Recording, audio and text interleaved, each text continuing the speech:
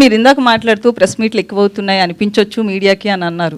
But content కూడా అంటే movie hit అయిన తర్వాత ఒక మౌత్ టాక్తో కూడా హిట్ అయిన సినిమాలు ఉంటాయి. ప్రమోషన్ ఎక్కువైపోయినా ఇబ్బందే, హైప్ ఎక్కువ వచ్చినా ఇబ్బందే. సో ఈ రెండింటిని ఎలా బ్యాలెన్స్ చేస్తారు? అంటే ఏంటంటే ఫస్ట్ సినిమానికి నేను గమనించింది ఏంటంటే సినిమా అనేది ఒకటి వస్తుందని తెలియటం అనేది హైప్ ఉన్న ప్రాజెక్టులకేమో ఎక్కువ ప్రెస్ మీట్లు అవసరం లేదండి. ఐ థింక్ మా ప్రాజెక్ట్కి అయితేనేమో ఎక్కువ రీచబిలిటీ అవసరం అని నేను ఫీల్ అయ్యానండి. అందుకని నేను చేస్తున్నాను. ఇప్పుడు నేను దేవదాస్ తర్వాత ఒక్క మగాడు ప్రాజెక్ట్కి ఎక్కువ ప్రెస్ మీట్లు పెట్టలా.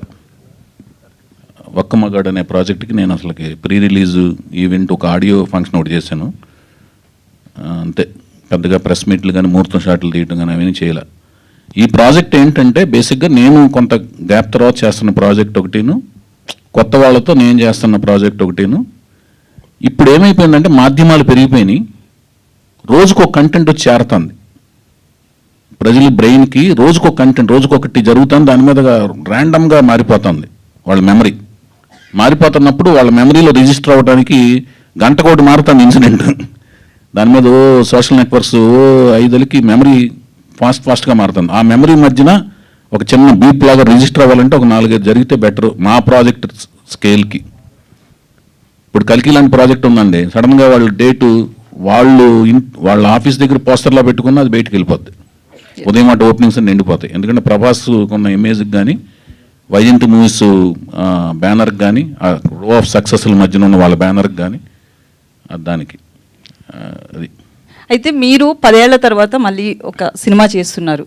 అయితే Q&Aలో కానీ అంటే 10 ఏళ్ళు కాదు, అంతకంటే తక్కువ. 10 ఏళ్ళు అనకండి బాధ. సరే చెప్పండి. సో రీసెంట్గా మీ టాక్స్ని బట్టి యూట్యూబ్లో కావచ్చు, మిమ్మల్ని ఫాలో అవుతున్న వాళ్ళ మాట ఏంటంటే YVS RGVలా మాట్లాడుతున్నారు అంటున్నారు. ఈ కామెంట్ని ఎట్లా తీసుకుంటారు? మీ వరకు వచ్చిందా? మేము ఏది అడిగినా కూడా మీరు చెప్పాలనుకునేదే చెప్తున్నారు. అలానా? అయితే RGV గారు నేను మీరు నవ్వి ముందు అడిగిన తర్వాత నవ్వుతున్నారు ఎప్పుడు. అది నేను చాలా ప్రెస్ మీట్లని మీరు అన్నీ చూస్తుంటాను, నేను ఫాలో అవుతుంటాను. బాగా నవ్వుతారు మీరు, కానీ లోపల బాధ ఉంటుందని పైకి నవ్వుతా అంతే. బాధ ఏంటో తర్వాత నాకు మెసేజ్ పెట్టండి, ఏం బాధ నేను బాధను తీర్చడానికి ప్రయత్నిస్తాను. సరే మీ క్వశ్చన్ ఆన్సర్ చేస్తాను ఫస్ట్. అయితే నేను రాఘవేంద్రరావుకి వీరాభిమాని అండి గుడివాడలో ఉన్నప్పుడు. తర్వాత రాఘవేంద్రరావు దగ్గర జాయిన్ అయ్యాను అసిస్టెంట్ డైరెక్టర్గా. ఆయన దగ్గర విద్యాభ్యాసం అంతా చేశాను, దర్శకత్వకు సంబంధించింది. తర్వాత నాకు చాలా ఇష్టమైన డైరెక్టర్ రామ్ గోపాలవరం గారు. ఆయన దగ్గర నేను గోవింద సినిమాకి కో డైరెక్టర్గా ఆ సినిమాకి పనిచేశాను. అప్పుడు రాము గారి దగ్గర నేను ఆయన దగ్గర తర్క వితర్కాల్లో ఒక రకమైన అబ్జర్వేషన్ బాగా గమనించాను. గమనించినంత మాత్రాన ఏ వ్యక్తి దగ్గర నుంచి మనం వెంటనే గ్రాస్పింగ్ చేసే కెపాసిటీ మన దగ్గర ఉంటేనే తర్క వితర్కాలను గమనించగలం. ఆర్గ్యుమెంట్లు ఇప్పుడు ఒకరిని చూసిన వెంటనే మనం ఏమీ గ్రాస్ప్ చేయలేమండి. మన దగ్గర కూడా ఆ గ్రాహక శక్తి ఉండాలి. ఆయన ఆ క్వశ్చన్ చేసిన దాంట్లోనే ఏం తప్పు ఉంది, దాంట్లో మీద మనం ఏం బేసుకుని లింగర్ అయ్యి అదే దాని మీద వేలాడుతూ ఎలాగూ దాన్ని డిఫెండ్ చేయొచ్చు, దాని మీద ఎలా మాట్లాడచ్చు అనే దాని మీద అది మాస్టర్స్ PhDలు చేశారు రాము గారు. సో ఆయన ఇంకా దాంట్లో ఆయన దగ్గర నేను పనిచేశానండి. అయితే మా ఇన్ఫ్లుయెన్స్ డెఫినెట్గా నేను రాఘవేంద్ర దగ్గర పనిచేశాను, తర్వాత రాము గారి దగ్గర చేశాను, తర్వాత మహేష్ భట్ గారి దగ్గర చేశాను, తర్వాత సంగీతం గారి దగ్గర చేశాను. వాళ్ళందరి దగ్గర పనిచేసినప్పుడు వాళ్ళ యొక్క వ్యక్తిత్వ వికాసాల నుంచి, వాళ్ళ యొక్క వ్యక్తిత్వ పరిజ్ఞానం నుంచి, వాళ్ళ యొక్క తర్క వితర్కాల నుంచి, ఆ అబ్జర్వేషన్ల నుంచి కొంత డెఫినెట్గా ఇన్ఫ్లుయెన్స్ ఉంటుంది ప్రతి వ్యక్తికి. ఒక వ్యక్తిని ఇంకో వ్యక్తి కలిసినప్పుడు ఉంటుంది. అది మేబీ మీరు అనుకున్నట్టు అది అనిపించచ్చాము మీకు, కానీ బేసిక్గా మనలో ఒకటి ఉంటుంది, ఆ ఇన్స్టింక్టు లేకపోతే గ్రాహక శక్తి ఉంటుంది. ఆ శక్తిలోంచే మనకు రిఫ్లెక్షన్ వస్తుంది, రియాక్షన్ ఉంటుంది. అది అన్నా చౌదరి గారు, అన్నా సెప్టెంబర్ 2 పవన్ కళ్యాణ్ గారి బర్త్డే, హరికృష్ణ గారి బర్త్డే. ఆ రోజు ఈ సినిమా గురించి ఏమైనా రివీల్ చేస్తారా? ఆ రోజు ఏమైపోయిందంటే అన్న, మీరు ఇందాక చెప్పాను కదా, ఆ రోజు అమావాస్య అయిపోయిందన్న. ఓకే, ఏం చేద్దాం, అది సోమాతి అమావాస్య అని ఒక పవర్ఫుల్ అమావాస్య అయిపోయింది. ఏం చేద్దాం చెప్పండి సార్. అంటే ముందే చెక్ చేసుకున్నారా మీరు? అమావాస్య అనేది చెప్తున్నారు, నిజమా లేకపోతే కామెడీ చేస్తున్నారా? నిజంగా సోమాతి అమావాస్య అని అదొక పవర్ఫుల్ డే అయిపోయింది. అందుకని ఆ రోజు ఏ కార్యక్రమాలు చేపట్టాలని అనుకోవట్లేదు. కొంచెం హైందవ సాంప్రదాయాలకు కూడా కొంత విలువిస్తాను. అంటే తిథుల్ని ఫాలో అవుదామని కాదు, అది ఒక మళ్ళీ తమిళియన్స్కి అమావాస్య అనేది మోస్ట్ ఆస్పిషియస్ డే. అంటే లాస్ట్ టైం ప్రెస్ మీట్ లో కూడా పవన్ కళ్యాణ్ గారు అంటే చాలా ఇష్టం నాకు అని చెప్పారు. ఆ రోజు కూడా ఏదైనా కార్యక్రమం పెడుతున్నారా, ఏదైనా రివీల్ చేస్తారా అనేది. అట్లాగా అంటే హరికృష్ణ గారి బర్త్డే, పవన్ కళ్యాణ్ గారి బర్త్డే కూడా అదే రోజు. ఎస్, చంద్రబోస్ గారు. ఆ రోజు. ముందుగా తెలుగు భాషా దినోత్సవం శుభాకాంక్షలు. ధన్యవాదాలు అన్న. తెలుగు లెస్స, దేశ భాషలందు తెలుగు లెస్స అని ఓ మహానుభావుడు చెప్పాడు.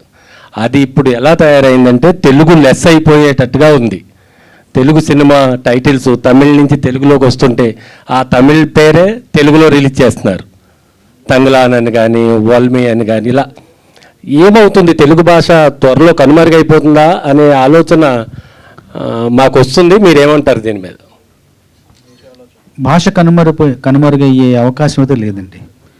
ఎందుకంటే ఇప్పుడు కొంచెం భాషా చైతన్యం ఇంతకుముందు కంటే ఇప్పుడు ఎక్కువ వచ్చింది ప్రజల్లోనూ. చాలా మందిలో భాషా చైతన్యం ఒకటి వచ్చింది. ఉదాహరణకి ఏంటంటే, ఇంతకుముందు ఇప్పుడు నేను మణికొండలో ఉంటాను, ఉప్పాలగూడలో. అసలు హోటళ్ళ పేర్లు ఇంతకుముందు ఫుడ్ కోర్టు, ఫుడ్ బాల్ అట్లాంటివి ఉండేవి. ఇప్పుడు చక్కగా తెలుగు భాషలోనే ఎంత మంచి పేర్లు పెడుతున్నారంటే, వివాహ భోజనంబు, భళా భోజనం, సుబ్బయ్య గారి హోటలు, పాకశాస్త్రం, శ్రీ గోంగూర, అత్తగారి ఇల్లు, అమ్మ చేతి వంట. చక్కగా భాషా చైతన్యం చూస్తుంటే, ఆ బోర్డు చూస్తుంటే అబ్బా ఎంత ఆనందం కలుగుతుందో. ఖచ్చితంగా కోడికూర చిట్టిగారులు, కృష్ణపట్నం, ఇట్లాంటివన్నీ ఆ పేర్లు చూస్తుంటే అంటే ఏదో రకంగా భాషా చైతన్యం వచ్చింది. మనలో కూడా తెలుగు సినిమా పేర్లు కూడా మంచి పేర్లు పెడుతున్నారు. తమిళం నుంచి వచ్చే పేర్లు ఎందుకంటే తెలుగులో పెట్టట్లేదంటే ఇప్పుడు అంతా కూడా మొత్తం ఒకటే అయిపోయింది. కాబట్టి తమిళంలో ఏది ఉందో ఇక్కడ, ఎందుకంటే అందరికీ చేరువైపోయింది కదా, అన్ని ప్రపంచ భాషల్లోని అన్ని సినిమాలు చేరువైపోతున్నాయి. కాబట్టి మళ్ళీ ఆ అయోమయం లేకుండా ఆ పేరే ఇక్కడ పెడుతున్నారేమనిపిస్తుంది తప్ప భాష ఎట్టి పరిస్థితుల్లో కనుమరుగు అవ్వదు. Thank you. చంద్రబోస్ గారు, ఇంకొక క్వశ్చన్ అండి. మనందరికీ తెలుగు భాషా దినోత్సవం శుభాకాంక్షలు. మీకు అకాడమీ అవార్డు వచ్చిన తర్వాత మీ పాటలు రాయడం మీద ఏమైనా ప్రెజర్ పెరిగిందా, లేకపోతే నార్మల్గానే రాస్తున్నారా? ఒత్తిడి ఏం లేదండి, ఇంతకుముందులానే రాస్తున్నాను. కాకపోతే ఏంటంటే కొంచెం జాగ్రత్త, ఇంకొంచెం శ్రద్ధ.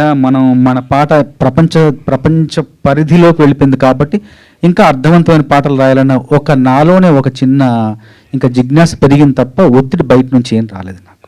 నాలోనే నాకుంది ఒక సంఘర్షణ తప్ప వేరే ఏం లేదు. Okay sir, all the best. Chaudhary గారు సార్, చెప్పండి అన్న. జూన్ 10 అయిపోయింది, ఆగస్టు 9 అయింది, ఆగస్టు 29 అవుతుంది. ఇప్పుడు నెక్స్ట్ ఏ డేట్కి మాకు హీరోని పరిచయం చేస్తారు? నందమూరి తారక రామారావుని. ఇది ఒకటండి. యాక్చువల్గా నేను ఆయన దాకా చెప్పినట్టు సెప్టెంబర్ 2 అనుకున్నాను, అంటే హరికృష్ణ గారి బర్త్డే సందర్భంగా అనుకున్నాను. కానీ అది అంటే బ్రైట్గా మంచి ఫ్యూచర్ను ఆశిస్తూ నందమూరి తారక రామారావు అనే పేరుని ప్రపంచానికి, అంటే 4వ తరం పేరుని, 4వ తరం జనరేషన్ బిడ్డని ఆ పేరుతో పరిచయం చేస్తూ అమావాస్య రోజు ఎందుకు పరిచయం చేయడం, అలాగే తెలుగు అమ్మాయిని నేను పరిచయం చేస్తూ, మన వాళ్ళు కూడా ఇంతకుముందు ప్రెస్ మీట్లు అడిగారు, మీరు ఫామ్లో ఉన్నప్పుడు ఎందుకు పరిచయం చేయకుండా ఇప్పుడు ఎందుకు పరిచయం చేస్తున్నారని ఒక ఆయన అడిగారు. మళ్ళీ అమావాస్య రోజు ఎందుకు అని దాన్ని కొంచెం పోస్ట్ పోన్ చేసే కార్యక్రమంలో పెట్టుకున్నాను. నెక్స్ట్ ఏదైనా సరే వాళ్ళిద్దరిని పరిచయం చేసి మీ అప్రిసియేషన్, అంటే మీ యొక్క